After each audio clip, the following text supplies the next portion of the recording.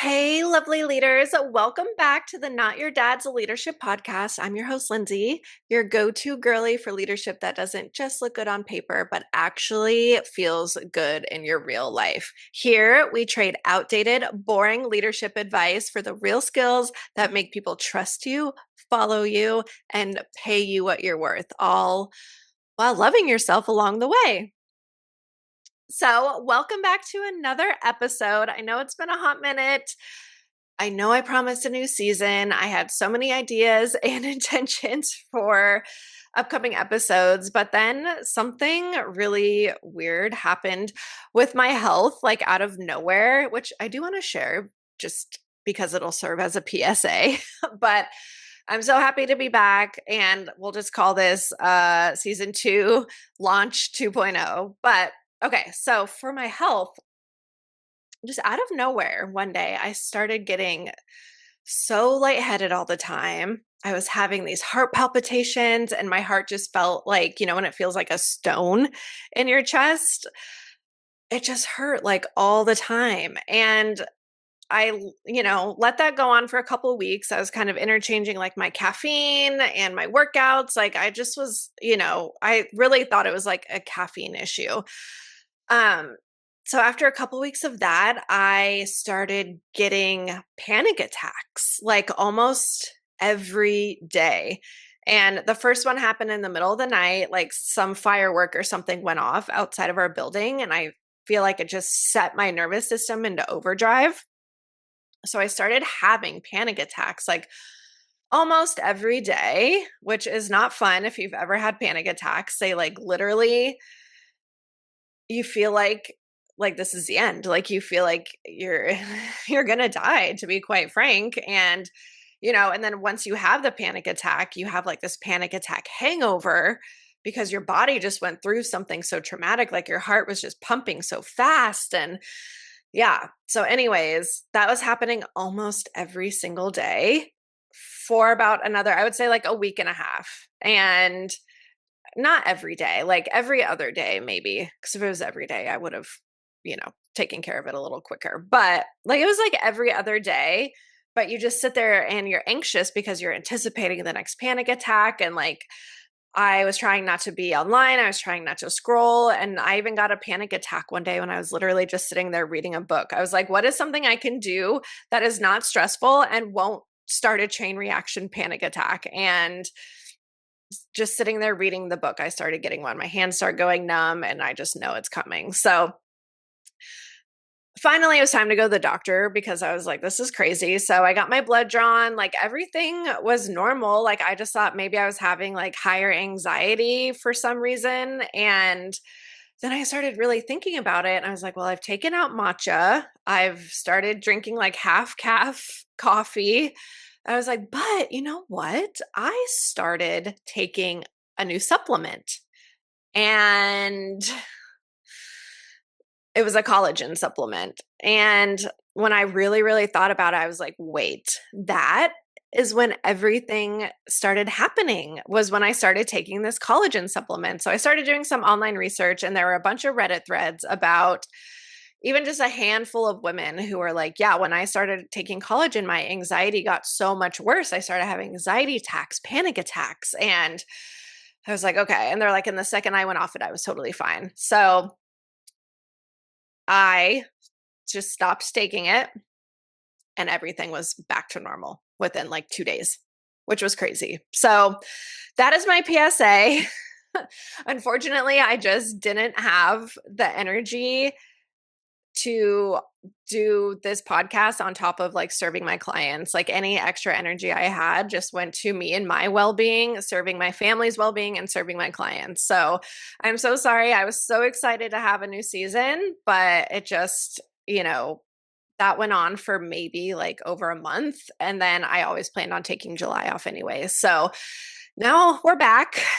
And I appreciate you still being here. I just wanted to give like a PSA because I've never heard that talked about in my group of friends or like anywhere online about supplements in general, or at least about collagen. So I just wanted to put that out there for anyone listening, and hopefully message me if it's ever happened to you. But it was wild. Like, it's never happened to anyone in my friendship or like anything I've seen online that I didn't search for myself. So I'm really sorry about the length of absence, but let's just call this season 2 2.0 and let's just get into it. Okay, so something I've been thinking a lot about recently and actually working with a few of my clients on is curiosity. And not just, curiosity within themselves, because that's really what coaching is all about. I'm asking them questions to get them curious about themselves, but more so using curiosity as a leadership strategy. So, in this episode, we will talk about what curiosity is, what types of curiosity you could use in leadership, who to use it with, and when. And then I'll talk through a few scenarios and how to reframe with curiosity. And of course, how to prepare yourself as the leader to get into the strategy, especially in fast paced environments. So, all right, let's get into it. So, to start, what is curiosity? Curiosity as a leadership skill is simply the deliberate choice to ask a question instead of tell someone something or tell them what to do. So you're asking instead of telling. So, for example, instead of telling someone you need to fix this by Friday, you can ask, what is getting in the way of this being done by Friday? So it's the same urgency, but now you actually know what's happening instead of just hoping it gets done. And you can use curiosity to manage yourself, manage up, down, across, like manage projects. You can use it for all the things. And when you ask someone, instead of just tell them what to do or what you've already decided, you're handing them something before they've even said a word, which is proof. What you're handing them is proof that what they think actually matters. And that genuinely changes people. Like the woman who keeps getting asked, she starts trusting her own judgment more because someone keeps showing her it's worth asking about. And the woman who only ever gets told what to do, she eventually just stops offering her opinions. So, same team, same skill level, completely different relationship to her own confidence, depending on if you are curious or not. So, let's get into different types of curiosity because curiosity isn't one size fits all. It shows up differently depending on where you're using it. Okay, so first, which we've already kind of talked about, we have inner curiosity. And this is what I really encourage you to do almost every episode of this podcast. What I do with my clients is to get curious about yourself, your reactions, your patterns, your triggers. Why did I respond that way? What was I actually feeling in that meeting? What does this situation bring up for me? And then there's curiosity about others. And this is getting curious about the people you lead or who leads you. Like, what's driving this person? What do they actually need from me right now? What am I missing about their perspective? And I do want to have a little caveat and be honest about this. Like, this is a really thin line, the curiosity about others. I think with your curiosity about others, it's best to keep it tactical versus emotional, like psychoanalyzing people. We don't need to get down into the weeds and get down into that sort of energy. And this is something I could talk more about, like in a completely other episode, if you're interested in that. So just keep it very tactical versus emotional. Okay, and then we also have project curiosity. And this is getting really curious about the work you're doing and the work itself. Just asking simple questions like, what if we did this differently? What's everyone assuming that we've never actually tested? What would happen if we tried this? And this is where innovation lives, just asking questions about the project at hand. And then we also have organizational curiosity. And this is so important. This is something I would try to do at least like once a week or at least once a month if you can. And this is where you can zoom out and get curious about the bigger picture. How does your team or department or company actually work? Where are the inefficiency that nobody's talking about? What's the culture really saying versus what leadership thinks it's saying? And this is the bird's eye view where you see things others don't. So zooming out, bird's eye view. So, those are the 4 types of curiosity you can use at work. And honestly, curiosity doesn't stop at work. You can use it in basically any situation and any relationship. But since we're talking leadership strategy today, we're just going to stick with work. And with that being said, I want to walk through a few different types of people and situations I've been seeing coming up over and over with my clients. So, tell me if any of these sound familiar, if they resonate with you, or if you have something completely different in one of your own that you want to add. So, this one I've been seeing the most, unfortunately, is you have the person, the situation where the person that you need to work around or work with is really ego driven. And honestly, I think ego driven is usually just a nicer, not even a nicer, but a different way of saying emotional. Their ego is making them emotional. So let's just call it what it is. They're emotional. And with this person, everything feels like a threat. When you point out a flaw in their system or their thinking, it doesn't register as feedback on the work. It registers as an attack on them.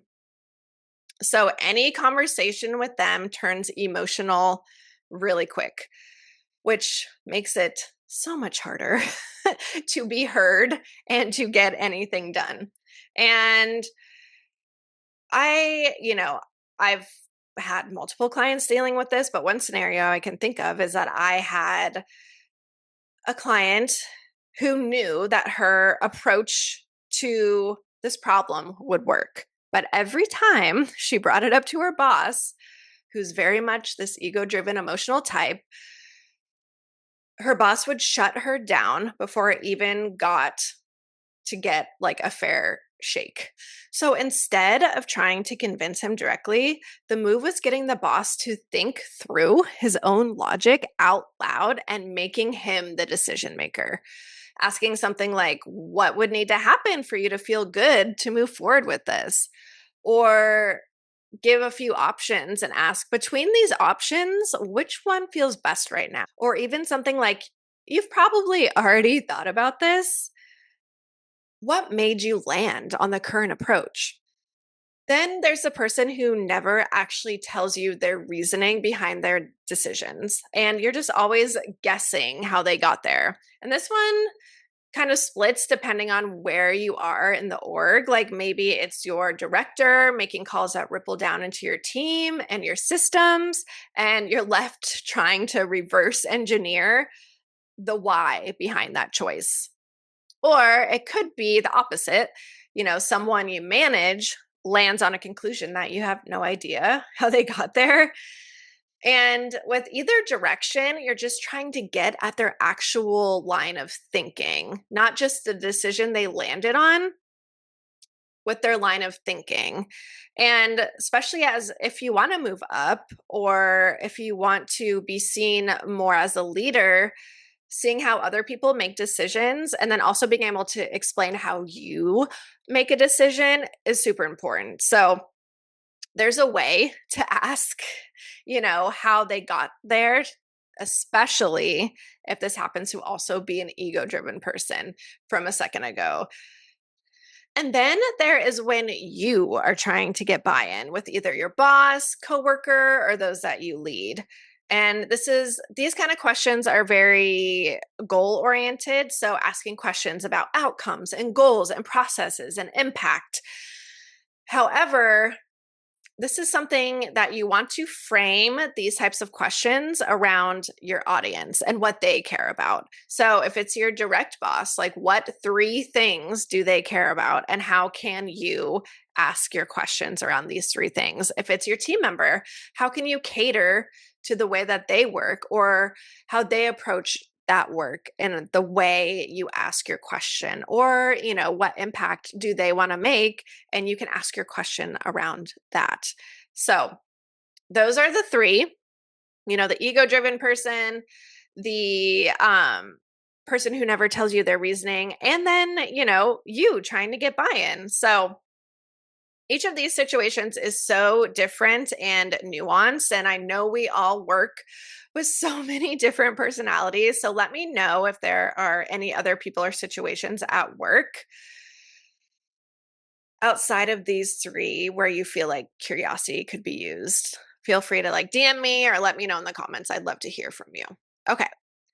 So let me just give a few tips I've picked up over the years and that have worked well with my clients when we've started to practice these on a Monday morning. So first, and this is like sirens going off. This is so important. Okay. Do not, and I repeat, do not ask questions starting with why. WHY. Why? Why didn't you finish this on time? Why did you do it this way? Why are you always late for the meeting? Why do you keep bringing this up? And the reason is because when you start with why, it automatically puts people's defenses up. You're putting a wall up between you and that person. And when you ask in a different way, not leading with why, you can let them explain their thinking without that wall in front of them, without getting over emotional or defensive. So that brings me to the next point. So instead of starting with why, you can start with who, what, when, where, how questions. Always try to start with one of these instead of why. Instead of why didn't you finish on time, you could ask what got in the way of finishing this on time. Instead of why did you do this that way, you could ask how were you thinking about this when you made that decision? And instead of why do you keep bringing this up, you could ask what's still not feeling resolved about this for you? You're opening the floor for something. When you ask questions in this way, you're opening the floor for something you might not have heard when they were on the defense. So always try to start with, who, what, when, where, how questions. And another thing to keep in mind here is you don't automatically have to start with the question. You can start with a leading statement like, I've noticed, or I've been noticing, or that's so interesting, or I'd love to hear from you. So, for example, on that last one, I've noticed you brought this up a few times. What's still not feeling resolved about this for you? As a leader, it's important to make sure that you feel a certain way when asking these questions. I'm giving you tons of examples here, but please make sure that when you ask the questions, they feel authentic to you, they sound like you, and they have your unique energy. And this is something that we can work on together in one-on-one coaching. I'll put the link in the show notes just so you have that. But just remember, these should sound like you. They should have your unique energy. And, this is a practice. It's something that you'll start to do. But at the end of the day, you as a leader are the one asking the question. So I want it to be very aligned with who you want to be as a leader. Okay. So last part, this wouldn't be Not Your Dad's Leadership if we didn't focus just a little teeny bit on you, the person, not the leader version of you, the actual person behind this strategy. Because you're not just a leader, you're an actual human. So now it's my turn to get curious with you and ask you a few questions, because we can talk all day about showing up and using curiosity as a strategy. But if you don't feel confident or your energy is depleted or you don't trust yourself in these small moments of leadership, then not only will you feel it when you're asking, everyone else will too. So, starting this week, I want you to notice something. Where are you catching yourself about to just state something, tell something instead of asking a question about it? So just notice. You don't have to fix it yet. It's just something to notice. Where are you catching yourself about to just state something instead of asking about it? And when you're ready and you do start asking more, pay attention to what happens if someone actually gives you an answer that you weren't expecting. Is that answer something you can sit with? Or are you only asking the questions you already know the safe answer to? Is that answer something you can sit with? Or are you only asking like leading questions that you already know the safe answer to? And underneath all of this, like day to day, real curiosity takes energy you actually have to have. So if you know you're about to walk into a conversation completely running on empty, what is one small thing you can do to get present enough to ask the question and actually hear the answer instead of just going through the emotions? So, what's one small thing you can get your energy aligned to be able to ask the questions, receive the answer instead of just doing it just to do it? And that's the foundation, really. Curiosity as a strategy only works if you're curious enough about yourself first to notice when you're not showing up fully for the curiosity. Because leadership starts with you always. Always, always. So that is this episode for today. Thank you so much for listening and for always being here. I'm so, so grateful for you. And as always, I'd really appreciate it if you could please share this episode with your friends, with your coworkers, your sisters, your cousins, whoever you think could benefit from this episode. So thank you so much again. And I'll see you next time. Bye.